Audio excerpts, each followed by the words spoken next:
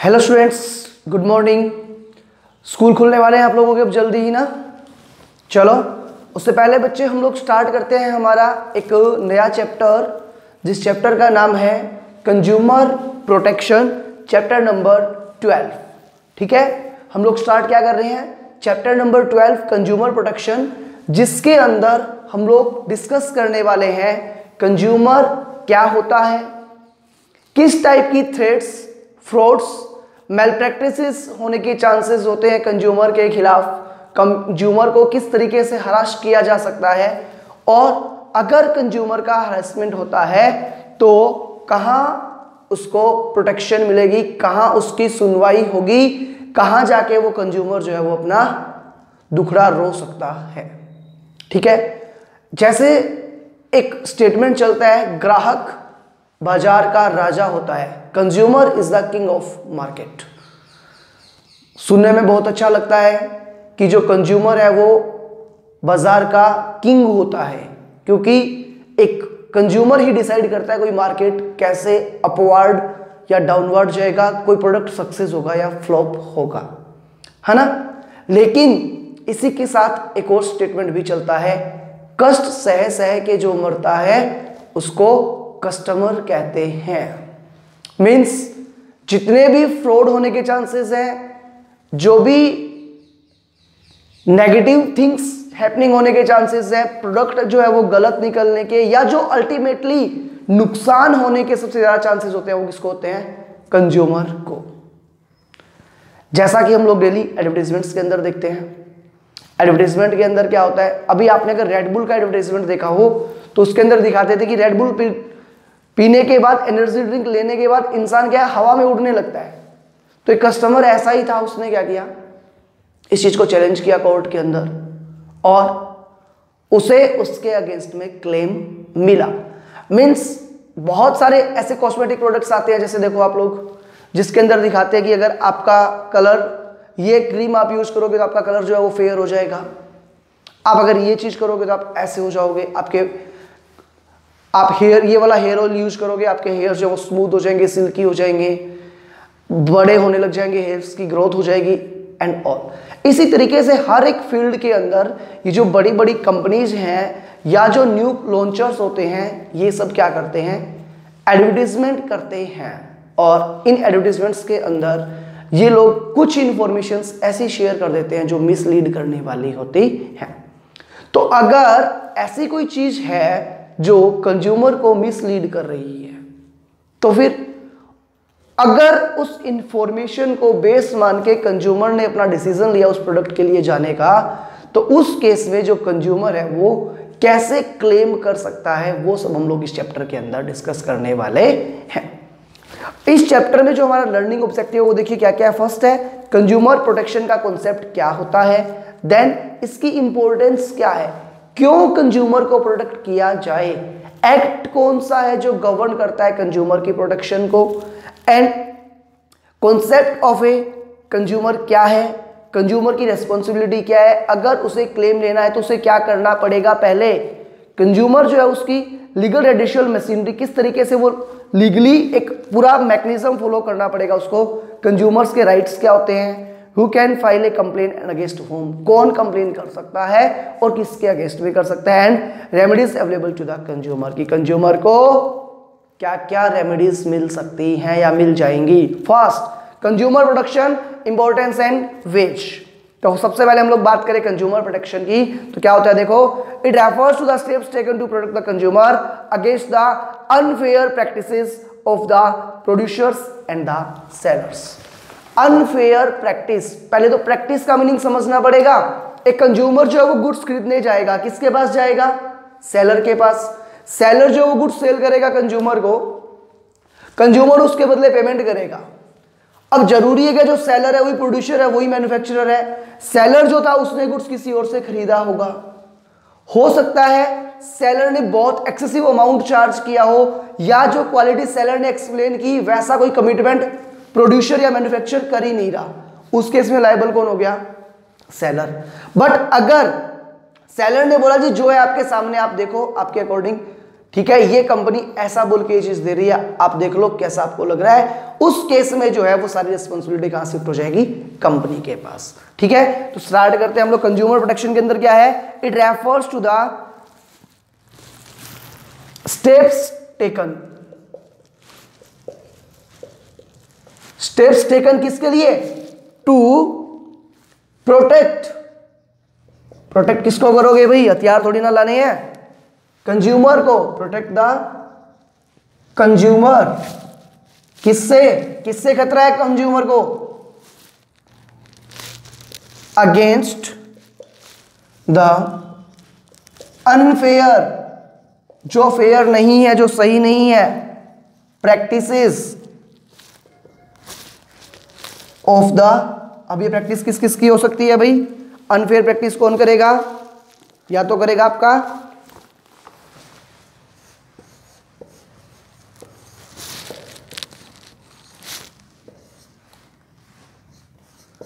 Producers करेंगे, या फिर करेंगे सेलर्स। ठीक है, आज जो कंज्यूमर है उसको हम लोग क्या बोलते हैं, किंग ऑफ द मार्केट बोलते हैं, but he is at the centre stage of all the marketing activities. जितनी भी मार्केटिंग एक्टिविटीज होती है, जो भी कंपनी एडवर्टीजमेंट करती है, वो सब किसको ध्यान में रख के करती है भाई, ऐसी कंपनीज जो बच्चों के प्रोडक्ट बनाती है, तो वो खुद के जो प्रोडक्ट्स हैं उनके एडवर्टाइजमेंट कहां पे ज्यादा शो करेगी, जो बच्चों के लिए स्पेशल साइट्स बनी हुई हैं या फिर जो उनके लिए चैनल्स बने हुए हैं वहां पे उनके एडवर्टाइजमेंट दिए जाएंगे। जो मतलब एक क्राइटेरिया डिसाइड करेगी कंपनीज, एडवर्टाइजिंग एजेंसीज, कि हमें किस एज ग्रुप के कस्टमर्स को टारगेट करना है और किस उस एज ग्रुप के कस्टमर्स जो हैं वो कहां पे इजीली अवेलेबल हैं, जहां हम लोग उनसे रिलेटेड जो है एक्टिविटीज वो शो करें, जो एडवर्टाइजमेंट है वो शो करें। ही इज एट, इसके बाद है, it is the constant endeavour of the producers that the production of the product must conform to the needs of the consumer. In addition to the satisfaction of the consumer, it is also the endeavor of the producer that their sales should be maximum.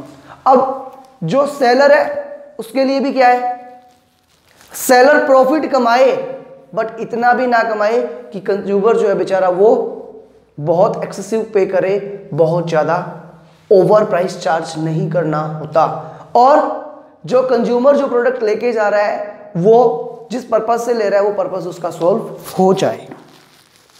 In addition to the satisfaction of the consumer, it is also the endeavor of the producers that their sales should be maximized. They therefore try to increase their sales by all possible means. अब जो seller है वो क्या सोचेगा कि किसी भी तरीके से मेरी सेल्स बढ़ जाए। अब जैसे ही उसने ये सोचा कि किसी भी तरीके से, तो उसके माइंड में जो मेथड्स हैं वो अच्छे भी आ रहे होंगे और गलत भी आ रहे होंगे, जिनसे कंज्यूमर का क्या हो सकता है, लॉस हो सकता है, कस्टमर को नुकसान हो सकता है। Some of the means adopted to increase sales are such as to serve the interest of both the producers and the consumers. For example क्या है, first improvement in the quality of the product. Product जो है उसकी quality के अंदर improve करना। भाई साहब अच्छी क्वालिटी दोगे तो चाहे आप एक्स्ट्रा चार्ज कर रहे हो, कंज्यूमर आपके पास आएगा, कस्टमर आपके पास आएगा। फॉर एग्जांपल एप्पल की अगर मैं बात करूं तो जो भी मोबाइल फोन्स हैं, रेंज आपको पता है, लैपटॉप्स अगर आप यूज करते हो, इवन आप अदर एक्सेसरीज यूज करते हो एप्पल की, तो वो प्राइस हायर चार्ज करते हैं, बट उसके साथ उनका कमिटमेंट एक ही है। क्या कमिटमेंट है एप्पल का, कि अगर एप्पल लिया है तो अच्छा ही होगा। रिडक्शन इन प्राइस, सेकंड, अगर आप क्वालिटी डिलीवर कर रहे हो, साथ में दूसरी स्ट्रेटजी क्या अडॉप्ट कर सकते हो, प्राइस कम रख सकते हो। अगर प्राइस रीजनेबल है, मार्जिन कम लेके चलोगे तो कस्टमर आपसे ज्यादा जुड़ने के चांस होंगे, अगर आप उसके प्राइस के साथ साथ वर्क कर रहे हो किस पे, क्वालिटी पे। Next, clear and decent advertising. जो भी चीजें आपको दिखानी है क्लियर दिखाओ, उसके अंदर कोई ये झोल वगैरह कुछ नहीं, ऐसा कुछ नहीं कि ठीक है आपने बहुत ज्यादा ओवर करके दिखा दिया कि अगर मैं ये करूंगा तो ये सब हो जाएगा। जैसे कोल्ड ड्रिंक्स, आप अगर ने आपने कुछ कोल्ड ड्रिंक पी वो थम्स अप आज कुछ तूफानी करते हैं, आए वाला पहाड़ों पे एकदम से यूज करने लगे, वो सब चीजें ठीक है, एनर्जी आती होगी या नहीं भी आती होगी, बट ऐसा नहीं कि आप एकदम से इतना हाई करके दिखा दो, इतना एक्स्ट्रा एडवर्टाइज कर दो कि जो कंज्यूमर है वो उससे मिसलीड हो।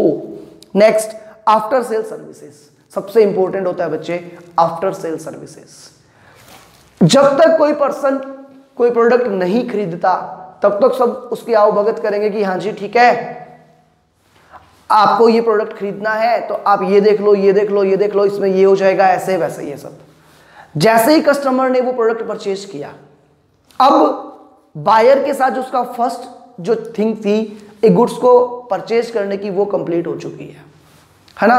उस टाइम पे बड़े बड़े वादे कर दिए जाते हैं कस्टमर्स के साथ, क्या कि अगर आपका ये प्रोडक्ट भाई साहब खराब हो गया तो आप एक फोन कर देना, हम लोग सही करवाने के लिए घर पे ही भेज देंगे मैकेनिक को, अगर इतना सा भी कुछ हुआ इसके अंदर हम आपको रिप्लेस करके दे देंगे, ये करेंगे वो करेंगे, क्या क्या करेंगे पता नहीं। इतने सारे वादे आपके साथ कर दिए जाते हैं।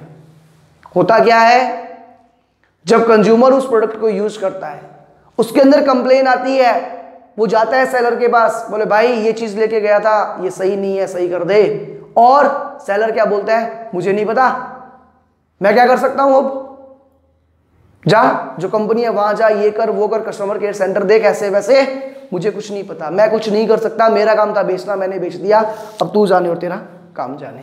जैसे हम लोग कई बार बसेस वगैरह में ट्रेवल करते हैं, ट्रेन वगैरह में ट्रेवल करते हैं, वहां पे कुछ ऐसे वेंडर्स होते हैं घूमते फिरते, कुछ जैसे ये ईयरफोन वगैरह सेल करते हैं, कुछ और किसमें बस साउंड आता है, भैया ये ले लो, ये ऐसा है वैसा है, ये खराब नहीं होगा, 6 महीने की वारंटी है। अरे भाई 6 मंथ्स की वारंटी ले तो रहा है, लेकिन अगर वो 3 दिन बाद खराब हो गया तो रिप्लेस किससे करवाओगे, वापस वहां जाओगे और सही करवा के लाओगे। 100 रुपए के ईयरफोन के लिए वापस आप जिस लोकेशन पे थे वहां जाओगे, वहां से वो ईयरफोन रिप्लेस करवाओगे, नहीं ना। तो जब भी कोई प्रोडक्ट लिया जाता है उसके साथ साथ जो आफ्टर सेल सर्विसेज हैं वो भी माइंड में होनी चाहिए कंज्यूमर के भी, कि क्या क्या मिलती हैं, प्लस जो सेलर है वो उसके लिए उन चीजों के लिए कॉपरेट करे। अगर सेलर ने जो कमिटमेंट्स किए थे वो पूरे नहीं कर रहा हो सेलर, तो जो कंज्यूमर है वो उनके अगेंस्ट में भी कुछ रेमेडीज हैं उसको या नहीं है।